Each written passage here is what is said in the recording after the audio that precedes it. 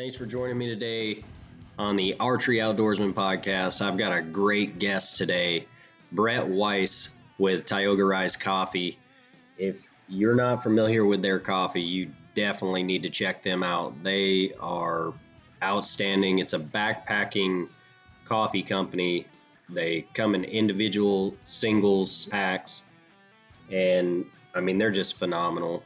I absolutely hate instant coffee just because of the taste, and these guys knocked it out of the park with the instant coffee that they came up with. It's just amazing. So have a good listen. We get off on some rabbit holes and all that kind of stuff, some crazy trails, but hopefully you can bear with us, and hopefully you enjoy the content. I apologize, my microphone went out on me and ended up having to use the computer microphone, so the audio is a little bit crappy, but hopefully you can deal with it, and it's not too big of a deal for you. Check out the show notes for any other information on Bret or Tioga Rise. And Bret had offered to give you guys a discount for being listeners of the podcast. Just hit him up. The information will be in the show notes, and mention the Archery Outdoorsman podcast, and he'll give you a discount code to try Tioga Rise backpacking coffee. So anyway, I hope you guys enjoy this show. Great to have you on. I, been one of your ambassadors for a little while now, and hopefully people are interested in this. But so how is it that you guys got started with Tioga Rise? Yeah, so the basic story is I went on an elk hunt in Idaho in 2016. First time that I had ever hunted out west. First time that I had ever hunted elk, period. And I went on. We were going to do. My buddy Torn and I. We planned. We did a lot of planning for like over a year, and decided to go out west and go on an adventure and do the backcountry style, backpacking and hiking in and camping and all that. I'm familiar with hiking and backpacking and camping out and all those things. I've done that all my life, but hunting out west was a totally new thing, and the style of hunting was different than what I'm used to back here, because I'm from Pennsylvania, so it's certainly much different than what we are usually accustomed to on the East Coast. But so I was kind of weird. I was out there. So I'm a big coffee drinker. Obviously backpacking, you want something light and portable, and I didn't want to drag a whole bunch of equipment in there to brew coffee, because that's just not what I was looking for, and not ideal for saving weight where you can. So I'm out west. I have my supply of coffee that will remain nameless, the brand. And but it was instant. I went out with Folgers the first time, so yeah. So yeah, and I think I did have some of that at some point along the way. If you ever, so what that tastes like, and it's not good. Oh yeah. So I just had this like moment, where I'm just like, why am I drinking this? And why isn't there instant coffee out there that tastes good, is light and portable, and is from a company that supports conservation and hunting and fishing and the things that I'm into. That's a big thing, right? I mean, yeah. A lot of those guys don't seem to really support anything having to do with the outdoors, like conservation, hunting, all that kind of stuff. Well, they say they support conservation, but not like all aspects of conservation, really. Right. Yeah. So a lot of coffee companies are they're either large or and not really tapped into that kind of thing, and don't really, for whatever reason, that hasn't been something they've focused on or supported in any way. So when I got back from Idaho, I just dove in and did all kinds of research and to see if anything was out there. And first of all, in terms of what I was looking for, and there wasn't at all that I could find. So I partnered up with another buddy of mine, Jimmy McKinney, who's my other partner, and we got to work, and here we are. Good deal, man. Well, first off, let me say I love your coffee. Um, I hate instant coffee, and the Tioga Rise is um, not at all like normal instant coffee. To me, like I don't know, I don't know what it is about the taste, but it just does not have that instant coffee taste to me. Um, what sets you guys apart?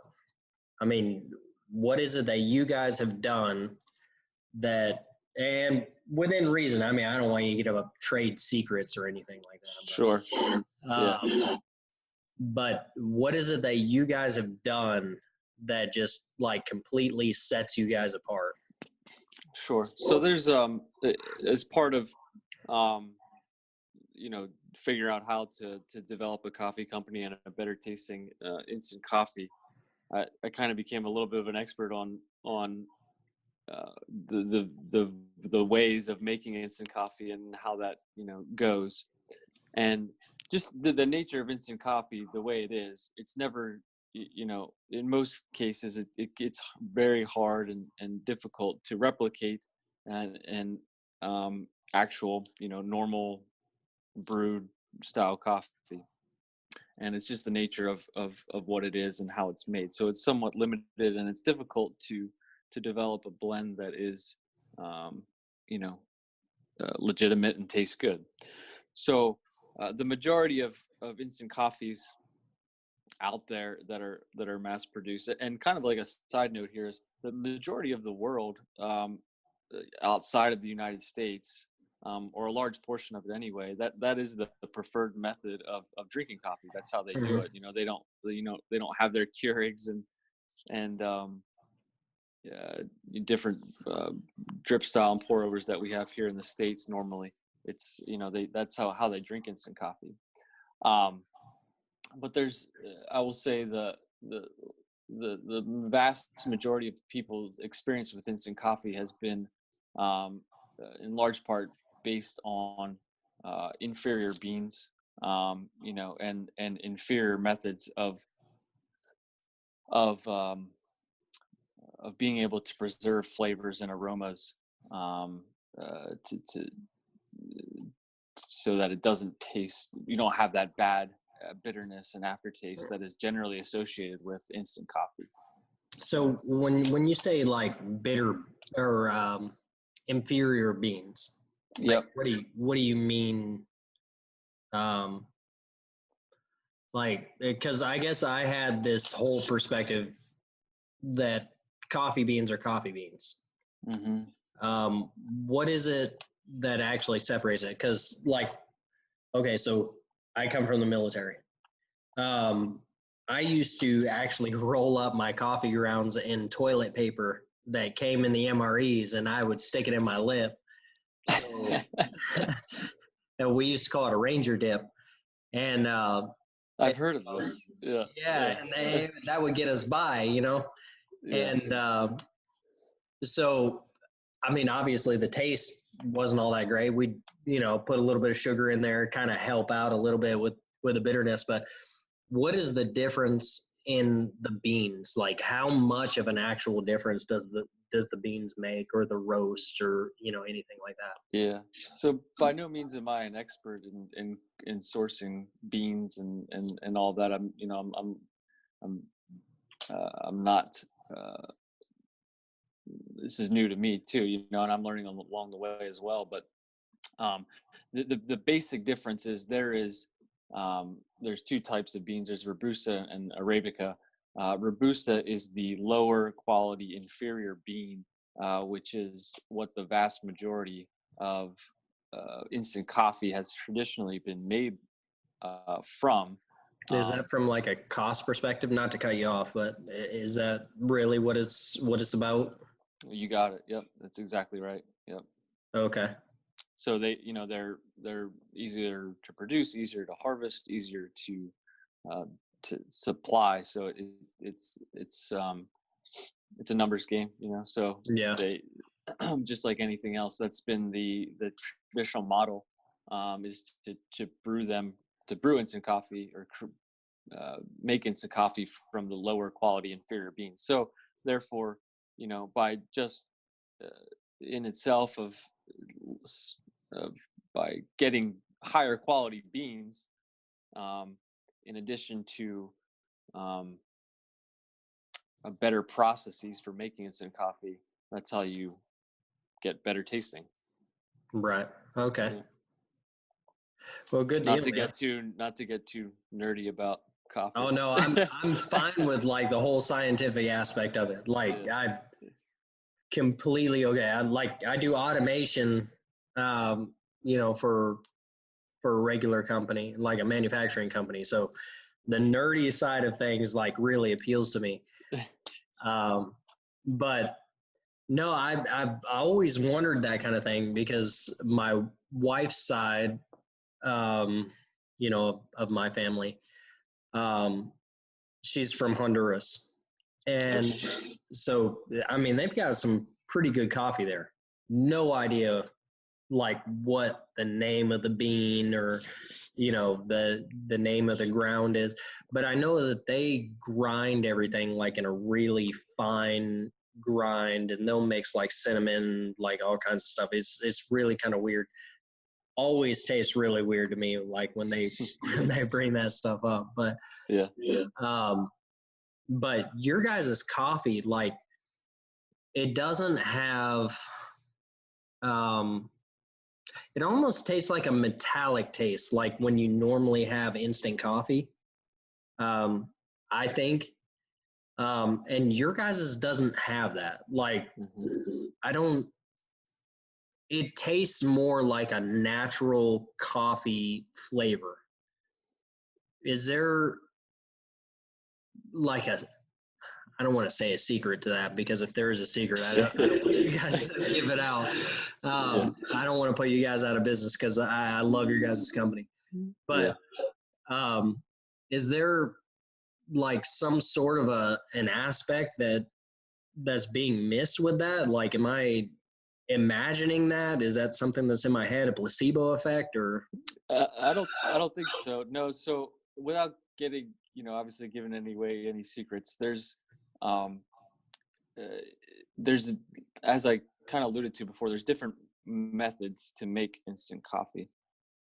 And in addition to having higher quality beans, and the method that we have is freeze drying, and that therefore is the preferred and better way of preserving flavors and aromas that you normally would lose in the other methods of making instant coffee. So freeze drying is it's more time consuming. It's more costly. But you get a better taste. Right. Yeah, I understand that. It's a hell of a lot more convenient, I'll tell you that. I used to do the whole drip system. I did I found pouches and stuff like that, basically like tea bags. And I went on an aoudad hunt in New Mexico. You guys sent me a set of Tioga Rise to Fort Bliss, Texas. I remember that. Yeah. I put specifically on there because I didn't want it to get messed up somehow that it was on a military base. Yeah. And are you still in the military? No, not Oh, anymore. okay. I was medically separated. I was injured in Afghanistan, was medically separated. Okay. So no longer. But um, some of the military guys that I was with, they were using the whole drip system and stuff like that, and I'm using my Tioga Rise, and I pour it in my container and everything, and they're like, "That looks a lot faster." I was like, "Yeah." I'm sitting there like drinking my coffee, and they're not even done with theirs yet, and I'm like, "Yeah, it's good." And they're like, "Can I try some of that?" And I was like, "Fuck off." I was like, "No, I'll make sure you guys get some." Yeah. And so some of the guys, I ended up giving some of it to, actually on my last podcast or the podcast before, I actually gave some Tioga Rise to some of the military guys that I was hunting with, and um, some meals, yeah, from Next Mile Meals. But Okay. but yeah, I gave them Tioga Rise, and unanimously they were like, "Yeah, this is a hell of a lot better than what we've been getting out of the MREs. Yeah. What company is this?" And I was like, "Oh, this is Tioga Rise, man." And they're like, "Never heard of this." And I was like, "Well, I think they're a fairly new company." And they're like, "Well, why isn't the military using this?" And I was like, "That's a good damn question, because they don't care about quality. They care about quantity." Yeah.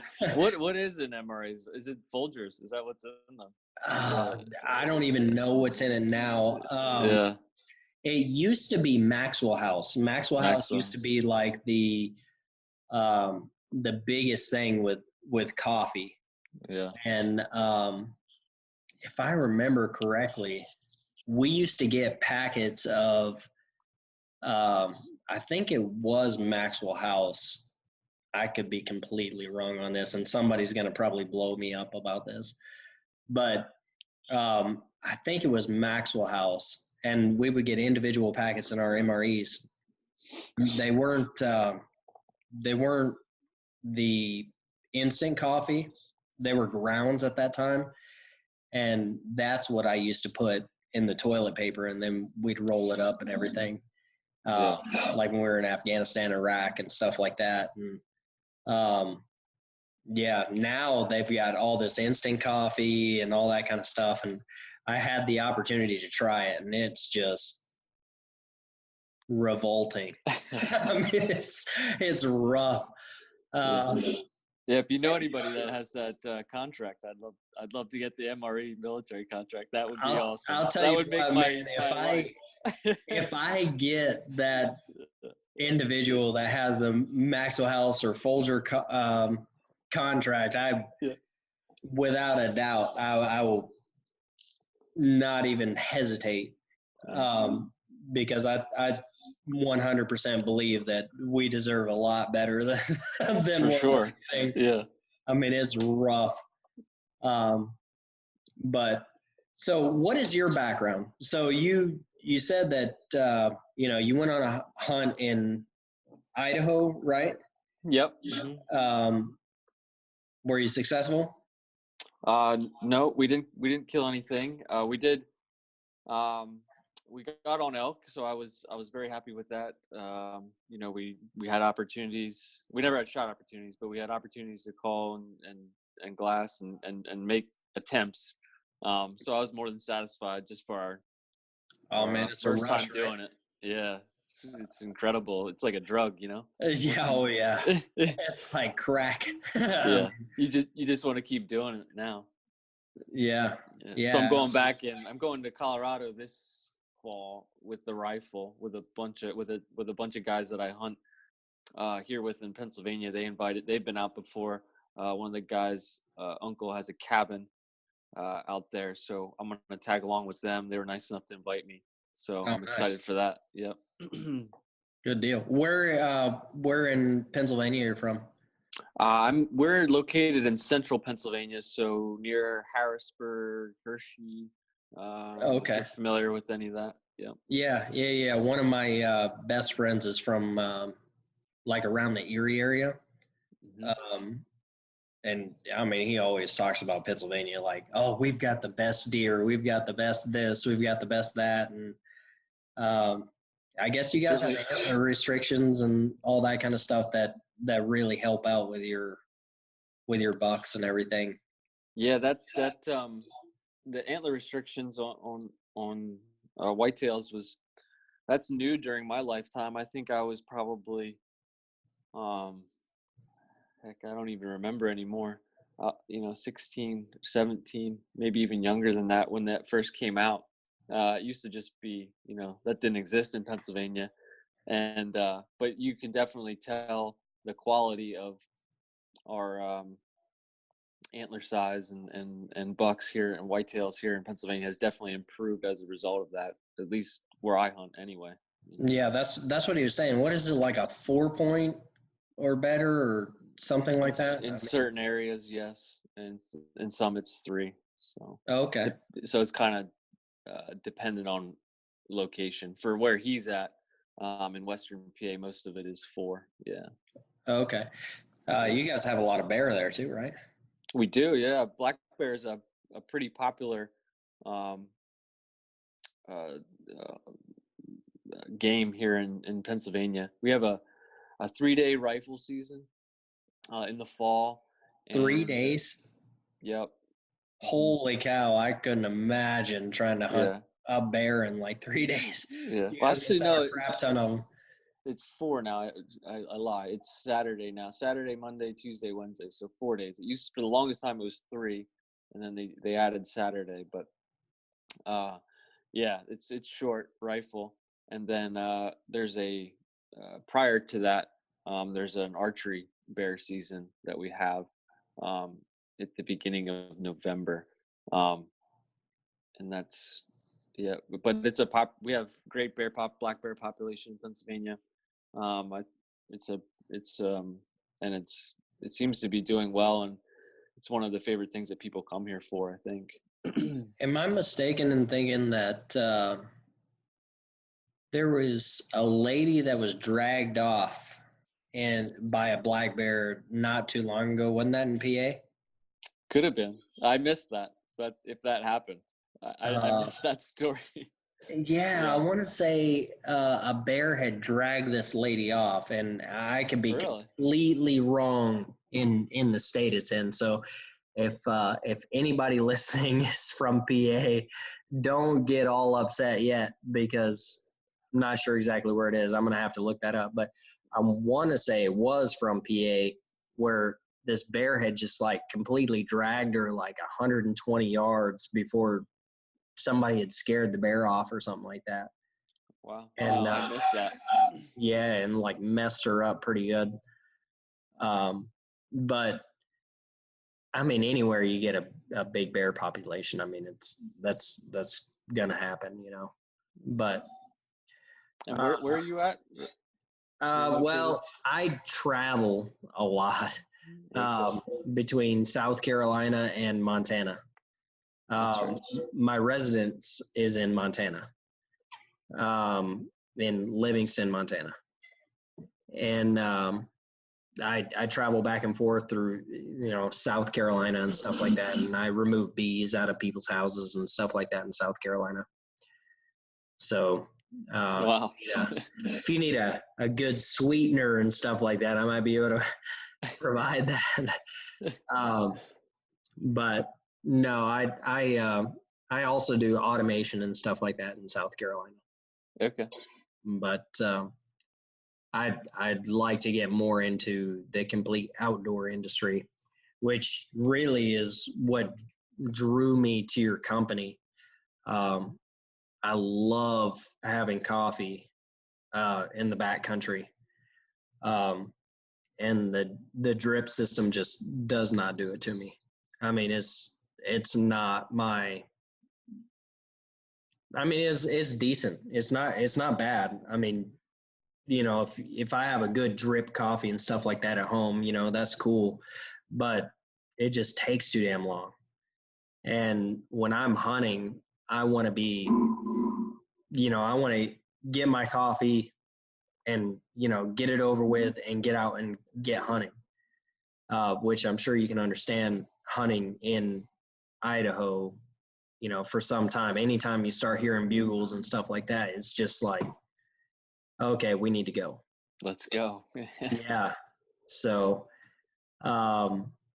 that's just kind of the way I hunt. It's like a run and gun style of hunting. So your guys' coffee just fits me so well. I don't have to have hot water, which is another unique thing with your guys' coffee. Yep. What is it like? Did you guys have that in mind when you guys did this? Like when you guys created this, was it just a byproduct of what you created? Yeah. So when we set out to come up with something that for our product, no, that was never an intention. That was never a goal. That was never something I was trying to do. It was kind of just a nice surprise, that it worked out that way, and that it dissolves well in cold water, because some people prefer it that way, and sometimes I do too. And it's nice to have that option if you want to go that route. No, man, it's great to have it that way. I hate burning the crap out of my tongue. So usually, like when I heat your guys' coffee up, I'll let it cool down enough to where it's about lukewarm and stuff. But if I don't have time, I'll mix it cold without even hesitating, and it still tastes great. Which was another thing that really surprised me. Usually cold coffee tastes like crap, without mincing too many words. But it just does. You know what I mean? It's like having a warm beer. All right. Yeah. Although I know some people who prefer warm beer, which is disgusting. Yeah. It's in my opinion. You go over to Europe and stuff like that, and that's really what it is. I guess it's whatever you're accustomed to, but it's not my thing. I would just put it that way. It's not my preference. But your guys' coffee, I don't know what it is. It's just really good, and not to not to get down on my knees or anything like that, but it really is. It's good even cold. I didn't have to put any sugar in it. I didn't have to put creamer in it. I'm sure you saw the review that I did of it. Yeah, appreciate that. Yeah, what is it that makes you guys different? As far as I kind of went over what we had in terms of like the beans and the process that makes it improved. And is that the best? Is that like really what you think it is? Is the beans? The beans and the process. That when you put it in terms of the 30,000-foot view and all that is really what makes it better. It's just awesome. the matter of getting the right beans, sourcing it from the right places, and making the coffee in a way that preserves the flavors and aromas in a way that people aren't accustomed to instant coffee. Go ahead. I'm sorry. And then the side benefit of that a benefit that we kind of just happened on is it tastes good in cold water too. Yeah. Is there do you know anything about the chemical process of it? Like, is there anything chemically that changes between like a drip coffee versus like an instant coffee? There may be. I don't know if there is.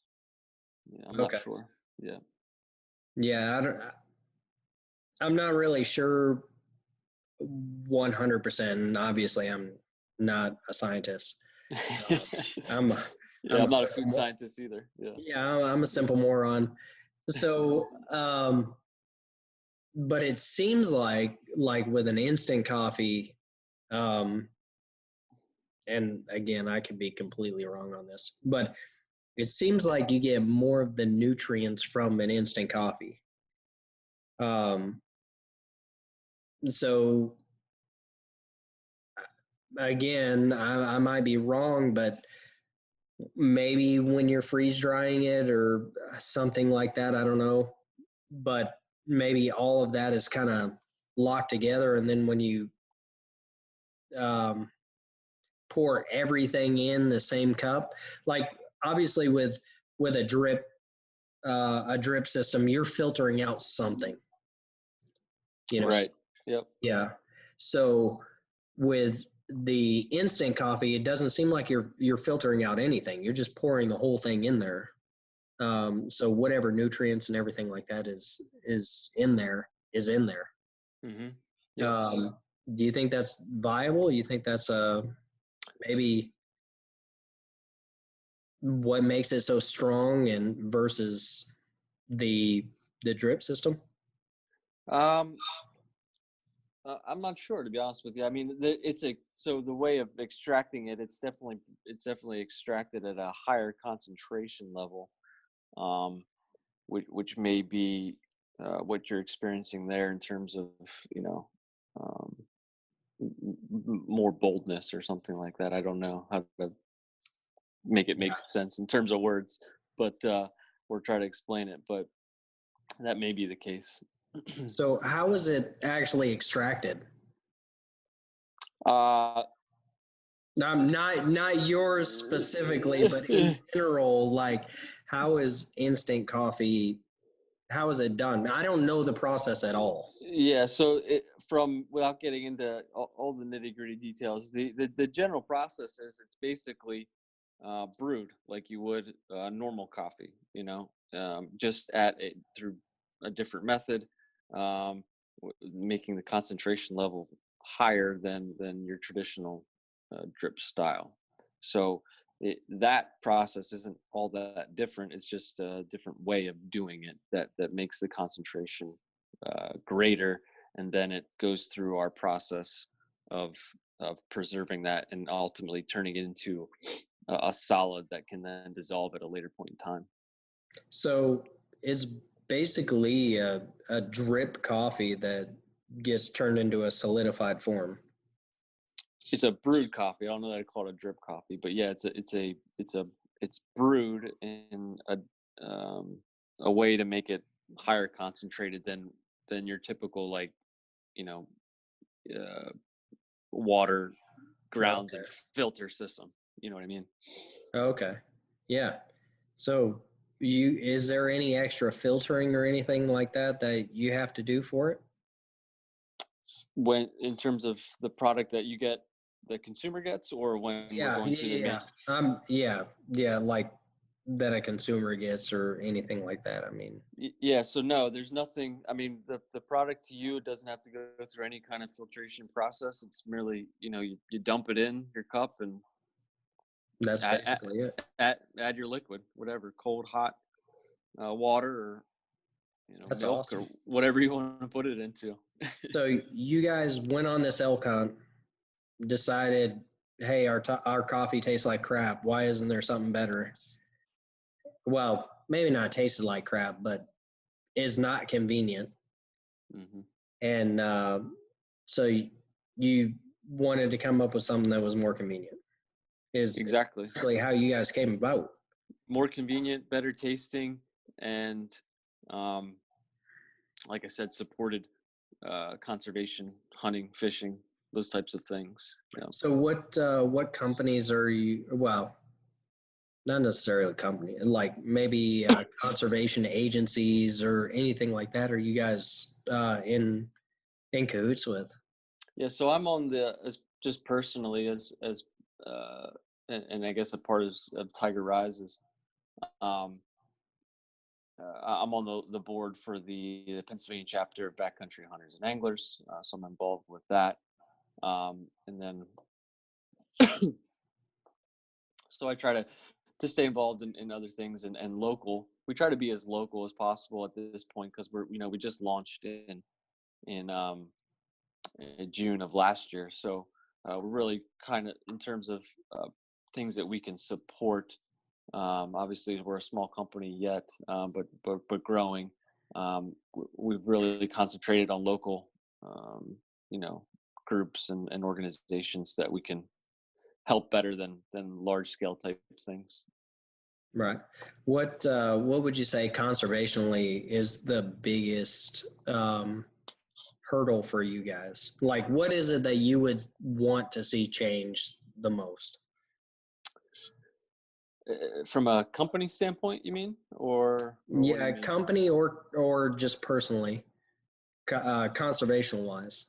Um, I believe wholeheartedly in the mission of backcountry hunters and anglers, and definitely that's No, they're a um, the, great a, organization. Yeah. a big reason why I wanted to be a part of it. And here in Pennsylvania, I have two young kids, another one on the way. Oh, I believe. congratulations. Thanks. I believe wholeheartedly in that mission of of maintaining and our public lands and access to that, as well as developing new public land opportunities if that opportunity exists.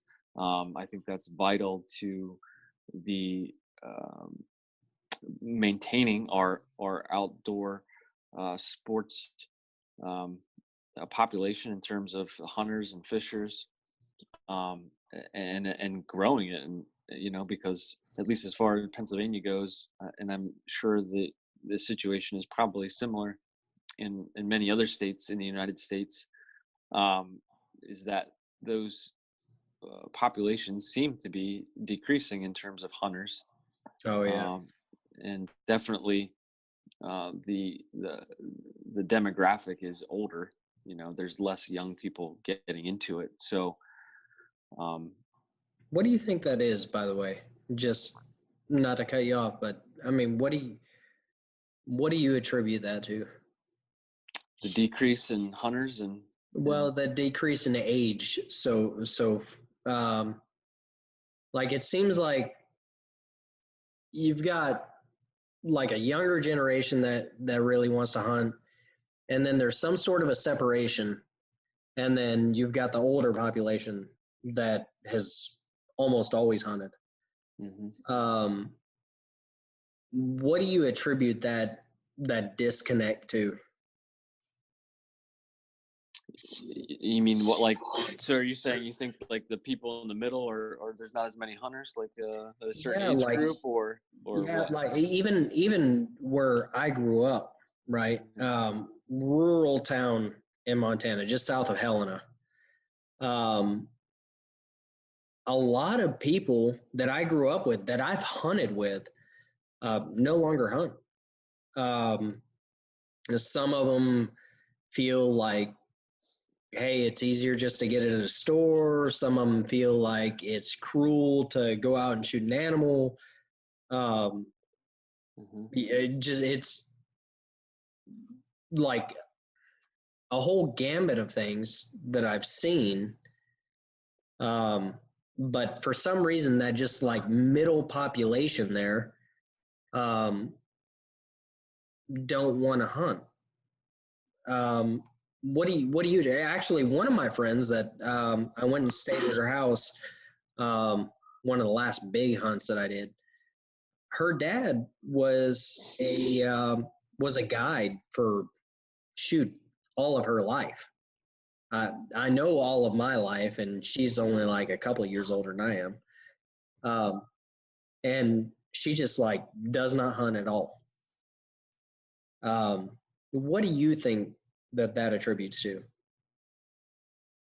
I think that it's different in different areas, obviously depending on different parts of the country. I guess I think the one of the main reasons for the decrease um in population in terms of the numbers of people hunting, it seems like as we get further and further disconnected um, from nature and from our food, from a very basic perspective, that people, like you said, it's just easier to go to the grocery store. You know what I mean? They stop doing it, and then eventually their kids stop doing it because they're stop teaching them, and then that that just snowballs to more and more people that aren't doing it.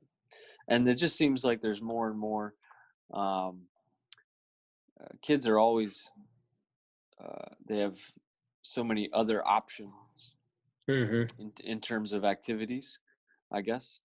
It's like all sports are seem to be all year round. They are all year round for a lot of kids. They're playing so many activities every weekend.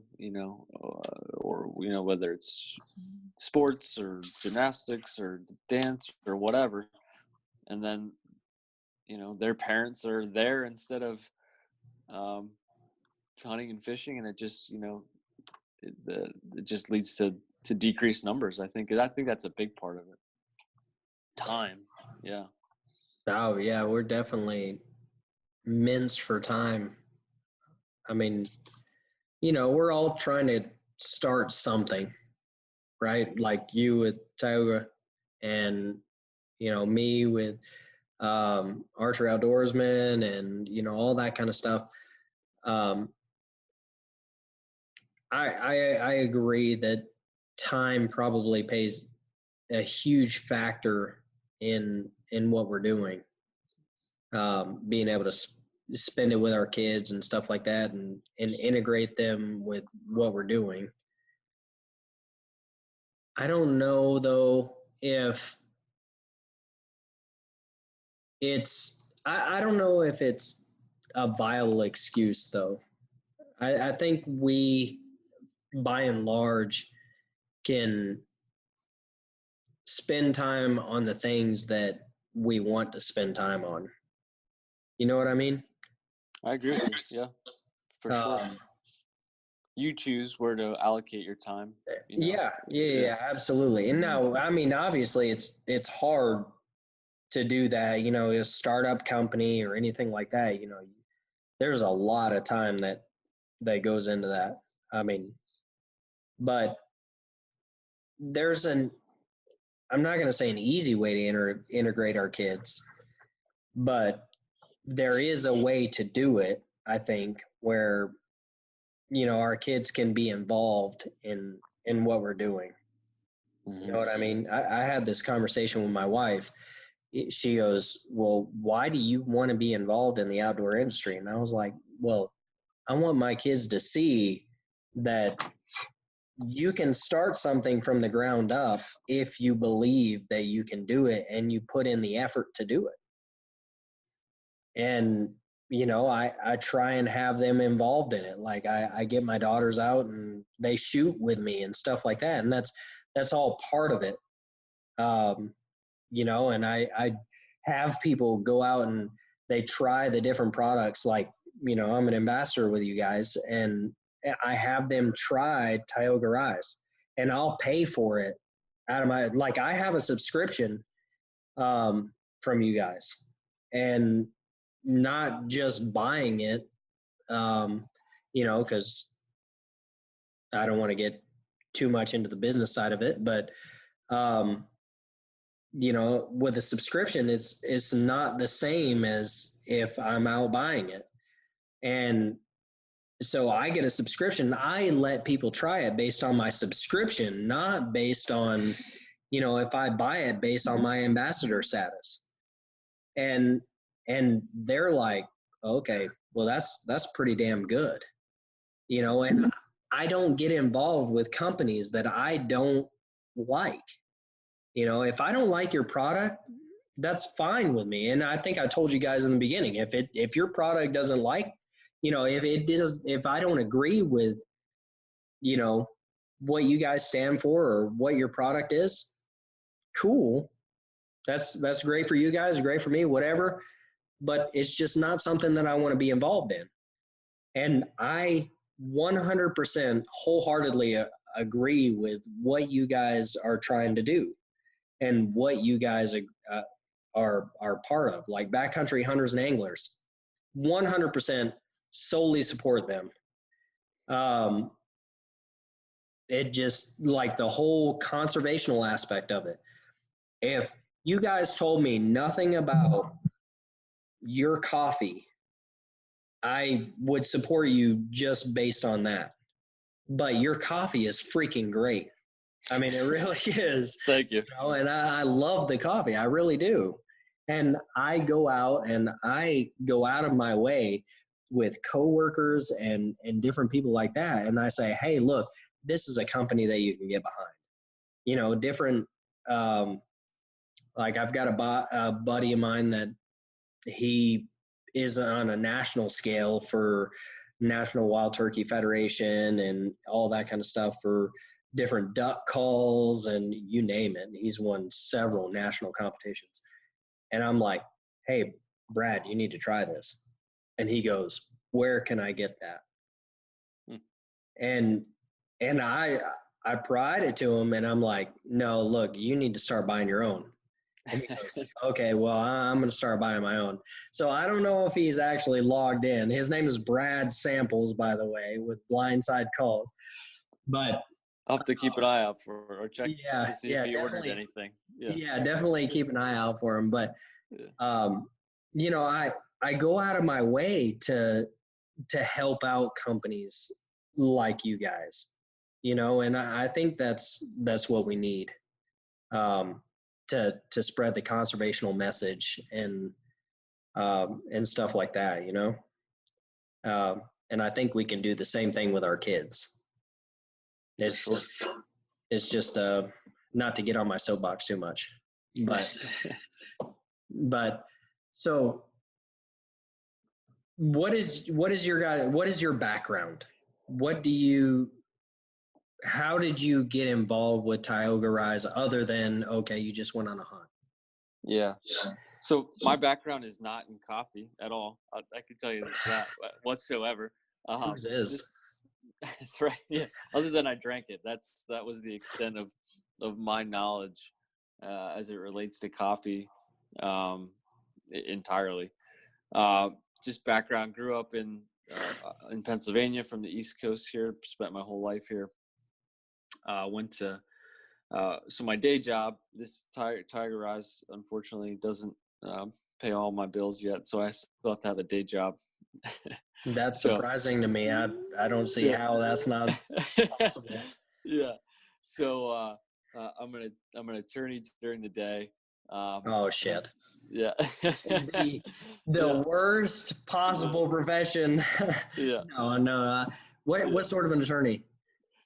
So I've been practicing. It'll be 7 years this November. I do. We have a general practice here in Pennsylvania.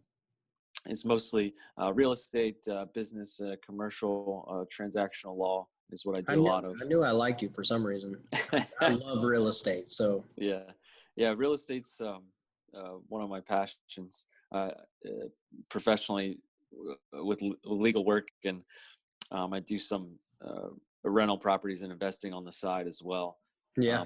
In addition to Tioga Rise, and so it keeps me busy. Rentals definitely will keep you busy. Yeah. Yep.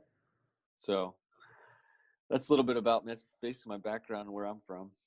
What about your partner, Jimmy? Jimmy's day job, he has a successful chiropractic business. He's a chiropractor locally here in Central PA, and he's kind of just going back even farther. We grew up together, went to high school together, played baseball together. I'll say lost touch with each other for a while during college, and circled back in the last couple of years. And he's an entrepreneur, successful guy, has some other business ventures as well. So yeah. That's awesome, man. That's awesome. So did the did the legal side of things really help you a lot with starting the company and everything like that? For sure. I mean, just from all of the most people have questions, in terms of what kind of entity to form, how do you go about starting a business, what do you need in terms of, contracts and insurance and liability, and like, am I going to get sued, and what am I going to get sued for, and how do I at least you can myself? represent yourself. That's right. And how do I protect myself from getting sued? And, so I have that's kind of what I do on a day-to-day basis, talk to people about that stuff, and what they should do and how they can protect themselves. And so, yeah, I have a little bit of an advantage there in terms of being able to start my own company and everything. So, and I really enjoy, one of my biggest part of my practices is helping small businesses and entrepreneurs and startups, and helping them get their companies formed and off the ground, so that they can feel better about themselves in terms of liability and contracts and things like that. So it was fun. It's fun. I enjoyed helping other people do it, and it's been fun doing it myself as well. Nah, that's awesome. I love that kind of stuff. I'm a nerd when it comes to especially real estate law. I love real estate. I was a real estate agent for quite a while, and I invested for quite a while and stuff like that. Still have investment properties and everything, but so I was very much engulfed in the real estate law side of things. Yeah, you almost have to be, I think. If you're a landlord, for sure. Yeah. Oh man, it is so crazy. Like the Landlord Tenant Act is so in favor of the tenants, it's not even funny. In Montana, it is, or so. Oh, just in general, it seems like. I mean, I won't get into it too much, but it just seems like it's so in favor of the tenants. There's a few things feel that way sometimes. Yeah, there's a few things where it's like, okay, yeah, as a landlord, I gotcha, but it almost seems like the tenant's like, okay, well, I can get by with this because I can't. You have no ramifications. That's why you need a good lease. Damn straight. And I need a good real estate attorney for that. So maybe I'll hit you up. That's right. Know anything about if you? Well, can you guys just practice in Pennsylvania? Is that how that? Yeah. Works? Yeah. Right. Yeah. Well, yeah. Whatever states you're licensed in. I'm only licensed in Pennsylvania, so that's the extent to which I can help people. So you guys don't have a reciprocity across different states where? No, not you actually. Well, so at this point, after you've been practicing for so many years, certain states you can kind of get your license pretty easily, as opposed to having to go through all the testing and everything that you would for your initial license. I haven't done any of that because I don't have the need to practice anywhere else other than Pennsylvania at the moment. So, but yeah, you can. There's some reciprocity between states. I gotcha. But you can't do it automatically. You have to actually go get a license and everything. Right. Yeah. So what is this is a big jump, but what is your favorite animal to hunt? What have you hunted so far that is just like, okay, I don't want to hunt anything else. It's just, that's it for me. Elk was the big rush for me. I mean, that's been awesome. I also really just, I really enjoy hunting turkeys too, here in Pennsylvania, just because it's kind of the same style, you're calling and moving and running and gun type style. I just like being mobile and moving. So that's more me than traditional whitetail hunting on the East Coast where we sit in a tree stand. So, yeah. People have told me that, and I still have yet to go and turkey hunt. And they're like, oh no, it's just like elk hunting. You call, they answer, and you go towards them. You get to within a certain distance, and then you call them in. Yeah, there's some similarities for sure. Yeah. Yeah, I've still never done. I've killed turkeys, but only because they've walked somewhat close to me when I had a tag.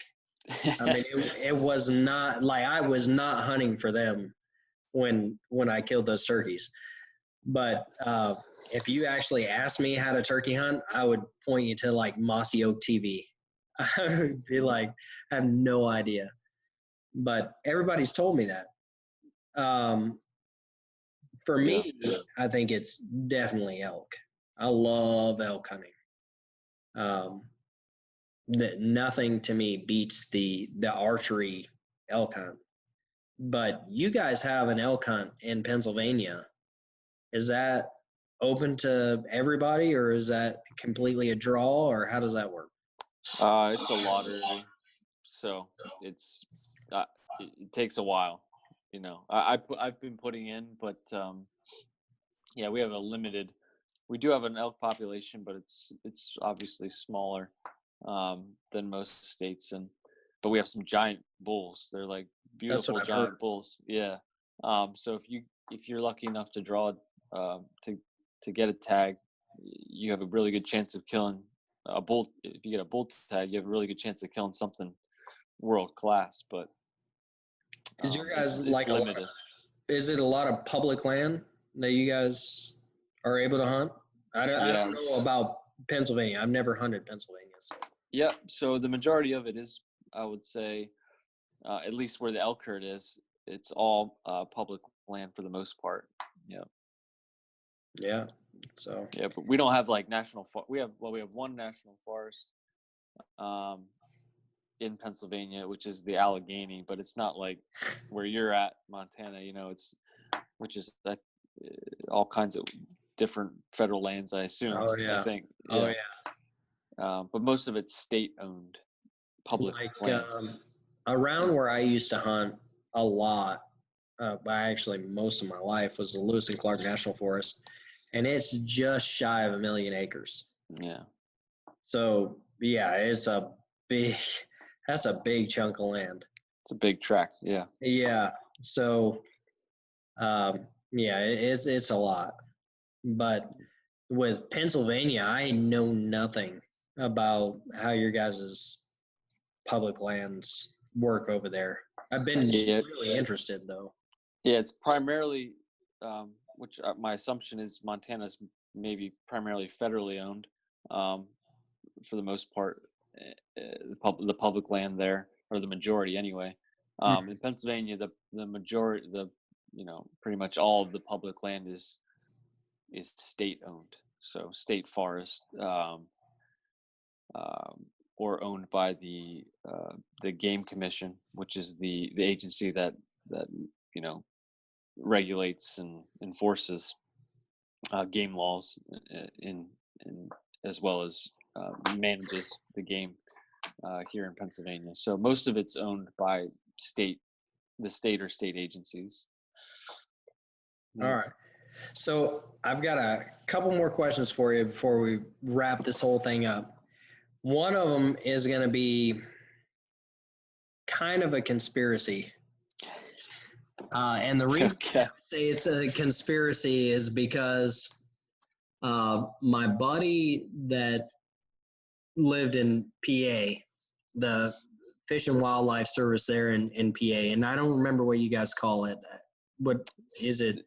So we have the Pennsylvania Game Commission, which manages all hunting game, and then we have the Fish and Boat Commission, which is a separate agency that manages boating and our fisheries. Okay, so your Fish and Game Commission apparently told him there are no wild cats in Pennsylvania. Is he from Pennsylvania? Yeah, he's like Pennsylvania born and bred. Okay. And very like diehard Pennsylvania. So he had sent me some pictures of a couple cats, and I know it's a couple cats. I've grown up like looking at mountain lions and stuff like that, and it's a couple cats. Definitely not the same one. on his game camera, have you experienced anything in your hunting in Pennsylvania that suggests that there's a population of mountain lions in Pennsylvania? This is like the biggest conspiracy ever in Pennsylvania, as far Right, as because they told him, no, there is no population in Pennsylvania. yeah, people love to talk about this. This is like a huge. Every now and then, like there'll be, I have a group of buddies in a text messaging group. Somebody will have some picture of some trail camera with a wild cat, and well, not theirs personally, but somebody sent it to them, and it's always, well, is that even what is it? First of all, can you clearly identify it? And then Oh no, you can clearly identify this one. He took it off of his game camera. His trail camera. His trail camera, it's dated and everything. And I'll see if I can find the picture still. It was from like 2 years ago. So I'll see if I can still find the picture, and I'll send it to you. But legitimately his camera, and he's got a couple cats on it. Yeah. What is your thought behind it?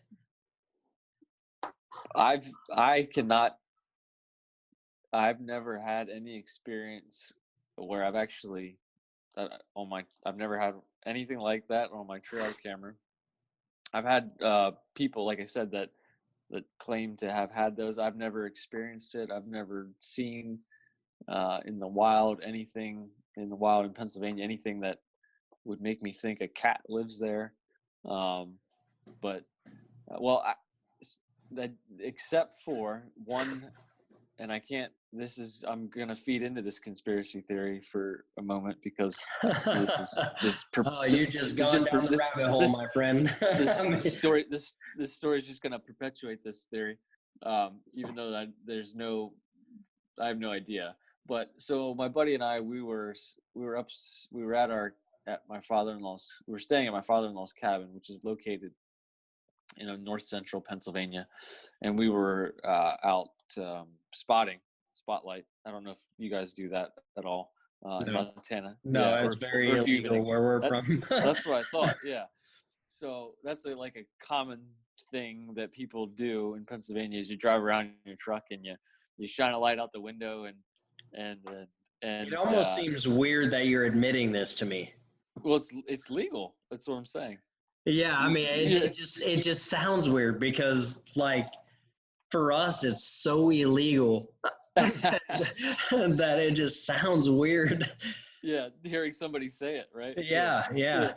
So, and obviously you can't do it, with firearms in your truck, and like that's totally illegal. You can't do that. But like if you just want to drive around at night and see what deer or whatever is living on property, you can between certain hours you can shine a light and look. So we were doing that one night upstate, and we're driving around, and we're driving past this farm, and there was these big round bales, if you can picture what those look like. And there was this something caught my attention. He was driving, I think, I was driving, he was doing the spotting, and something caught our attention. And it was up on top of these hay bales, like these big ass round bales. Like they're huge. Yeah. They're not small things. No, not at all. They're like 5 feet. I mean, yeah, they're big. They're big. Like you need heavy equipment to move them. You know what I mean? So, and there was something on top of it, and it was like the back was arched and had, what appeared to be a longer tail, so it wasn't we didn't think it was a bobcat, and it obviously wasn't a fox because it was way too big and long to be that. So, and then we lost it for a second, and then it was gone. So it was just, that was my only experience where I can say that I potentially may have witnessed a wild cat in the woods of Pennsylvania. But that's you might as well give in, buddy. That was a cat. Yeah. Um, So, but well, yeah, that's like a huge. People have like perpetuated this conspiracy for forever, where they've claimed, or people used to say the insurance companies, introduced these wild cats to bring down the deer populations, so that to reduce car accidents in Pennsylvania, and that the Game Commission introduced these cats to for the same reasons, and so there's all kinds of crazy theories out there. I heard the same theories like in South Carolina, right? Not that I think there's wildcats in South Carolina. There's, you've got the North Carolina Panthers or whatever, I guess that was based on mountain lions or whatever, pumas or whatever you want to call them. Same thing. But the coyotes that were they say were brought into South Carolina by the Game Commission there, were to bring down deer populations and stuff like that, of course, because of the same principle though, right? To eliminate a lot of the car accidents and all that kind of stuff, which there are a bunch of coyotes in South Carolina. So whether they brought them or not, I'd say that's pretty substantial evidence that there's coyotes there. But proving that there's a cat somewhere is really hard to do. I mean, those things are so elusive. Yeah. Like I said, my buddy actually showed me pictures of these. If I didn't know him as well as I do, I'd be like, no, you're full of shit. Yeah. There's no way. You got this off the internet somewhere. What was so you believe him? I 100% believe that there's cats in Pennsylvania. Now, here's where I think the disconnect is. They have such a large range that there has been cats that have been spotted, even throughout Montana and stuff like that, 600 miles away from where they were originally collared. So, like, there are toms that have been collared and then they've been found like 600 miles away. It's crazy. So I think it's completely plausible that there was cats that were collared, or, there were cats just in general that just have found a place somewhere in, maybe even passing through Pennsylvania and stuff like that, even if they don't find their home population there, that just, found their way past somebody's game camera. You know what I mean? Mm-hmm. Yeah. I don't know. It's a possibility. I mean, they're spreading like crazy. They're really hard to hunt. They're hard to find. They're really hard to find. I don't think they're as detrimental as wolves, but they can put a hurt on population. I'm sure. Yeah. But okay, so second question, it has to do with the wolf debate. So in North Carolina, first of all, what is your thought behind reintroduction of wolves? I'm so removed from that in terms of, being on the East Coast here. It's hard to really form an opinion on I feel like I don't know enough about it to really say one way or the other, Smart man. Yeah. Was that a lawyer answer? That was that was an attorney answer if I've ever heard one.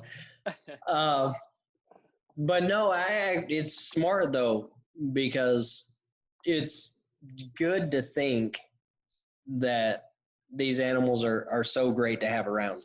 And they're beautiful. I love wolves. I love grizzlies. I love nature. I really do. They're a pain in the ass. Um, but apparently in North Carolina, Kentucky area, where they've reintroduced the elk, and I've heard talk that they're talking about doing it even further up the coast on the eastern side. Um, they're talking about reintroducing the wolf on the East Coast. Oh. And that's why I bring it up. I think it's a really interesting topic because the anthropomorphization of wolves and just apex predators in general, you guys just really, your guys' elk population is really young. Oh yeah. I don't know what a wolf would do to that population, but I can imagine it would just decimate it. Yeah. Oh, it's nuts, man. At least if they put wolves in Pennsylvania, they might be gone overnight, I think. Since 2000, just to put it in context, right?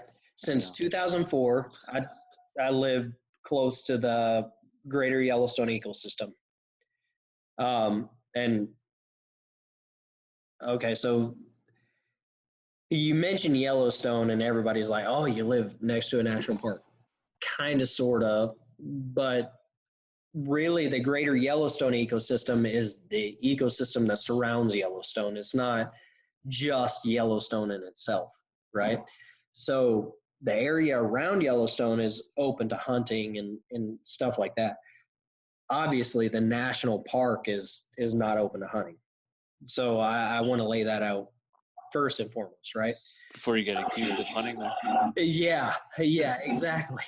So the greater Yellowstone ecosystem, I want to say in 2004, had a population of elk that was like 26,000. In October of just this last year, 2018, it was counted at 5,600. Yeah. So if you look at, just the damage that these apex predators do, it completely like unmanaged. It's nuts.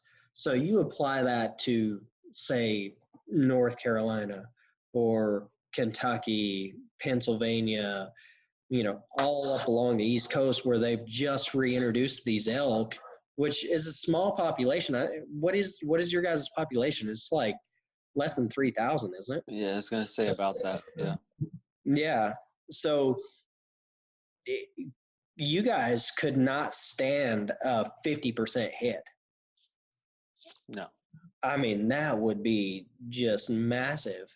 So that's why I was wondering, what is your thought behind the wolf debate and coming to your area? Yeah. I guess given, based on what you're telling me, it just seems like introducing them into East Coast and the Northeast would just be a terrible idea. I don't know. That just seems like that is not going to end well in terms of the rest of the types of game that we want in Pennsylvania. Because not only elk, there's the whitetail are probably going to get decimated as well. Yeah. Oh yeah. They're extremely efficient hunters. Right. I guess my big thing behind it is that it seems like the further up the East Coast you get, the more greenies there are. My fear would be that they would completely go unmanaged.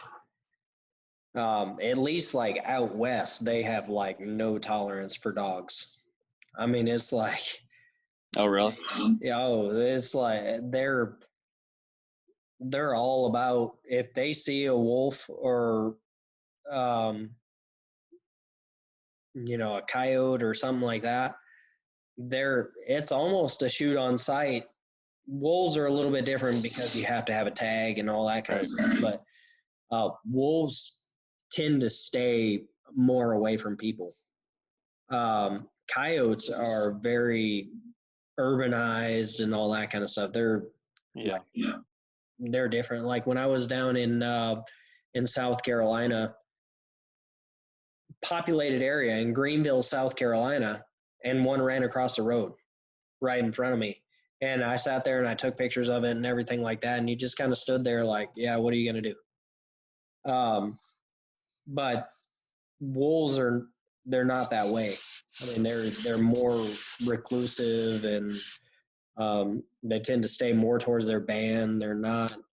Um, they're not as independent, I guess, as coyotes. They're almost a different morphology of species. You know what I mean? Yeah. Which makes it really hard, the way they hunt and all that kind of stuff. They're so efficient, just the way they work. If you've ever watched any videos with how they hunt and stuff like that, they're crazy efficient and so smart. But yeah, I was wondering because I had read this article, and I'll have to find the article. If I find the article, I'll send it to you. But that they were talking about reintroducing them on the East Coast. Yeah, I hadn't heard that either. That just seems like a poor choice. Oh, yeah. I mean, it'd be rough. They were talking about doing it, I know for sure, in North Carolina, which apparently they've already done it with the red wolf or something like that. Okay. In North Carolina. But they were talking about bringing in the gray wolf to manage the elk population that they have, which I don't know. I'm like, so you want to kill your elk population? It just doesn't make any sense to me. But no. Wait till you go back in Idaho, and you're gonna see just a complete. You're gonna get some wolf experience depending on where you go. Really? Oh yeah. Oh yeah. The last time I was in Idaho, it was, there was wolves everywhere. I'd love to see one. I mean, they seem like you said, they're beautiful, awesome animals. But I get that they have there's some negative there too. Oh yeah, most definitely. But well, man, it was great talking to you. Definitely keep up the work with Tioga Rise, and anything signing off that you want to put out there. Where can everybody find you? Yep. So check us out at tiogarise.com. We have our Instagram and Facebook as well. You can check. We are direct to consumer. You can buy packs of 15 or 30. 15 packs is $19. A 30 pack is $29. So you can check us out there. If you email me, my email is Bret@tiogarise.com.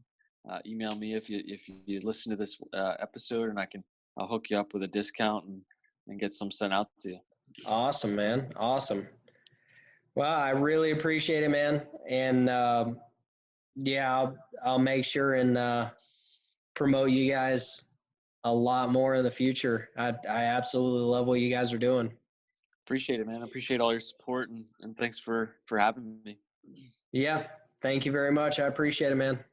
Yep. See you. All right. Yep. Bye.